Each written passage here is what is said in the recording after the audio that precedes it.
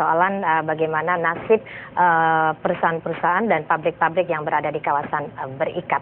Nah, kita akan membicarakannya dengan Ketua Umum Asosiasi Pertekstilan Indonesia, Bapak Ade Sudrajat. Selamat pagi, Pak Ade. Selamat pagi. Iya, Pak Ade. Ini sudah direvisi, tapi Betul. ini masih akan menimbulkan permasalahan lagi. Mungkin bagi industri hulu ini happy-happy aja karena itu kan ada porsi yang dinaikkan ya Pak ya untuk harus ekspor 75%. Bisa saja langsung lempar ke pasar, tapi ini kan akan memberikan kendala bagi industri hilirnya karena akan kehilangan pasokan. Betul. Bagi industri hilir, bagi yang pabrik-pabrik kecil, ini kan juga agak merepotkan juga karena harus pindah dari kawasan berikat, Pak. Bagaimana ini sih sebenarnya PMK ini revisi ini? Ya, sebetulnya revisi ini hanya menunda permasalahan yang tadinya permasalahan itu dimulai 1 Januari, sekarang dimulainya mungkin akhir daripada tahun ini. Tapi bagaimanapun juga kerusakan telah ditimbulkan ya atau injury atau damage. Jadi di bulan ini Januari akhir sudah mulai terasa di pasar pasokan berbagai serat yang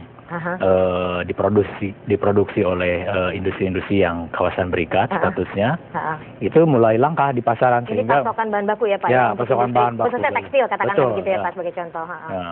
Itu sudah mulai langka sehingga menimbulkan kenaikan harga yang cukup signifikan yang ujung-ujungnya tentu tidak akan berdaya saing nanti produk itu. Padahal ini belum tentu gitu ya. Ini kan langsung status berikatnya ya. Kawasan berikatnya itu langsung dilepas gitu bagi industri hulu. Ya, tapi kan mereka untuk berjaga-jaga lebih baik dia ekspor sebanyak mungkin.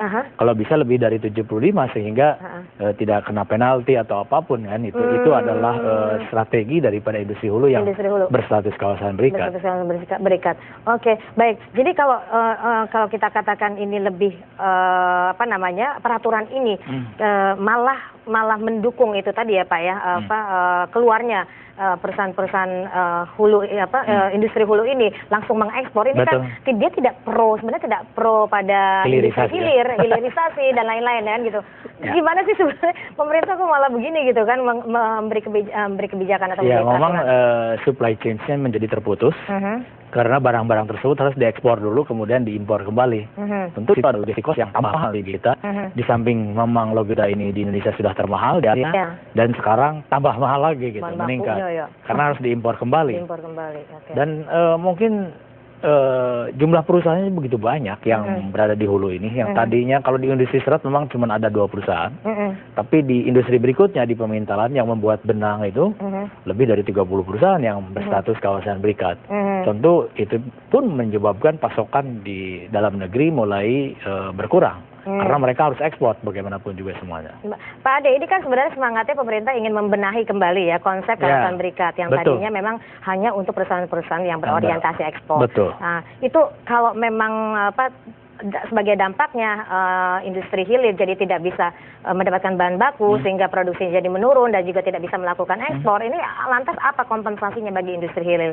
Kalau yang hulu ya perusahaan-perusahaan besar kan gampang saja happy aja ya. Disuruh naikin ekspornya ya udah naikin aja ekspornya gitu kan Pak ya. Nggak peduli dengan pasokan di dalam negeri. Yang penting tetap statusnya kawasan berikat. Yang penting tetap dapat itu tadi insentif itu tadi ya Pak ya. Nah itu bagaimana dong industri hilir ya Pak ini? Ya tadi industri hilir atau yang menengahnya di perajutan, di pertanian mau tidak mau terpaksa impor bahan baku yang tentu nanti konsekuensinya barang dia tidak berdaya saing dibandingkan dengan barang jadi yang diimpor. Misalnya barang jadi yang diimpor itu baik berupa garment, pakaian jadi maupun kain, lembaran dari luar tentu akan jadi lebih murah dibandingkan dengan kita bikin di sini.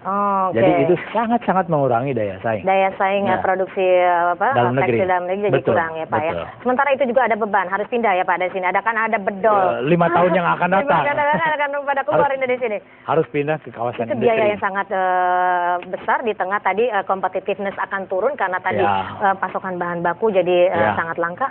Ya mau tidak mau. Bagaimana tuh mikirinnya nanti industri hilir pada bedol dari kawasan berikat Pak? Ya mau tidak mau itu kan saya tinggal bertanya apakah perbankan siap untuk mendorong itu untuk membiayai pemindahan tersebut atau tidak. biarkan mereka meninggal gitu kan, mati. Kita harapkan investor baru yang masuk ke kawasan industri. Ini memang banyak industri hilir Pak ya, yang ada di kawasan Berikat dan itu. Yang terus kawasan Berikat mungkin kan. Yang luasan luasan di bawah 1 hektar. Di bawah 1 hektar harus keluar dari banyak, situ. lebih dari 60%. Lebih dari 60% mereka di bawah 1 hektar. Kosong dong itu nanti kawasan Berikatnya dong. Ya, kalau pada keluar. yang jelas adalah nanti karyawan yang dikemanakan. Nah. Karena kan karyawan tidak mungkin pindah dari yang sekarang, posisi lokasi sekarang ke lokasi kawasan industri. Karena sumber daya manusia ini kan harus direkrut dari awal. Oh, ada masalah apa Pak? Itu tidak bisa langsung pindah kan, di kawasan industri? Masalah tempat tinggalnya, masalah segala macamnya, keluarganya, dan itu banyak sekali pertimbangan-pertimbangan di dalam. Belum lagi masalah subkon ya Pak ya? Ya masalah subkon ini bagaimana ini? Subkon ini tentu karena di situ di dalam permennya hanya untuk kegiatan utama dilarang mensubkonkan. Di luar kegiatan utama tentu boleh. Ya, kalau kegiatan utama disubkonkan itu tidak boleh. Tentu di situ melibatkan kurang lebih di sektor kami 200.000 tenaga kerja. Artinya yang kegiatan utama itu kan sebenarnya dia kawasan dia masuk status kawasan berikat, tapi disubkonkan kepada yang non kawasan berikat. Nah, ini bagaimana nanti perlakuannya nanti?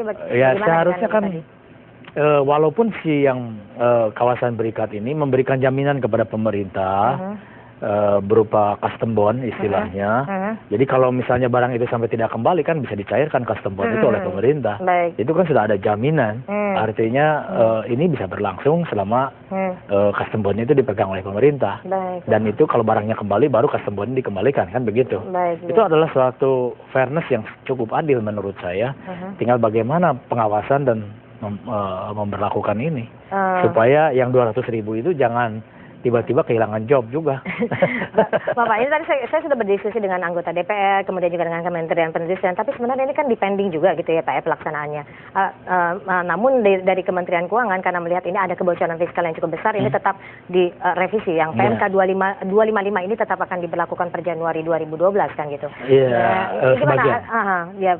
bagaimana dalam masa transisi ini agar ini tidak menimbulkan ini kan ada akan ada gelombang layoff karyawan. Itu nantinya dirasakan di 2013 Januari. Pasti itu begitu. Kalau tetap di 255 tidak ada solusi jalan keluar. Jadi jalan keluar yang penting adalah kita mengharapkan bahwa untuk keputusan yang masalah industri hulu 7525 itu sekarang ini ada solusinya, bukan kalau bisa kemarin, ya. Jangan sampai terjadi tetap di 50-50 gitu Pak. Ya, maksudnya mungkin 50-50 atau diberikan yang lain. 75-25 untuk ekspor gitu ya Pak ya. Nggak mungkin itu. Gitu kan? Karena juga kan ekspor juga lagi turun gitu kan. Nggak juga karena bahan baku ini sangat diperlukan oleh industri di mancanegara ya. Bahan baku yang kita produksi. Tapi kan kita juga justru butuh juga. Kita memerlukan juga. Pasar domestik kita juga lagi bagus gitu kan Pak. Apakah itu yang masalah yang diperlukan oleh kita solusinya kemarin. Perlu sekarang. Jadi bukan besok lusa tapi kemarin diperlukannya. Gitu dulu. Terus yang subkon kita perlukan solusinya kira-kira di bulan 6 karena kita di bulan 6 ini sudah negosiasi dengan buyer di luar negeri. Jadi berapa yang akan bisa kita supply untuk tahun depan. Nah, kalau tidak ada keputusan di bulan 6 tentang ini mungkin kita hanya bisa dengan apa yang ada di kapasitas kita saja. Artinya nanti ekspor kita di 2013 anjlok. Gitu. Baik Pak. Iya, baiklah. Kita akan tunggulah solusinya ya ini. Jadi mudah-mudahan cepat. Mudah-mudahan cepat dan ini memang pending gitu ya. Ini pending jangan diberlakukan dulu karena ini akan menyimpan bom waktu nanti di 2013. Baiklah Pak Ade, terima kasih untuk waktu. Sama-sama Mbak Maria. Ya pemirsa, demikian perbincangan dengan Ketua Umum Asosiasi Pertekstilan Indonesia Ade Sudrajat. Terima kasih atas perhatiannya. Saya akan kembali lagi nanti dengan laporan dari pasar saham dan informasi-informasi ekonomi bisnis lainnya.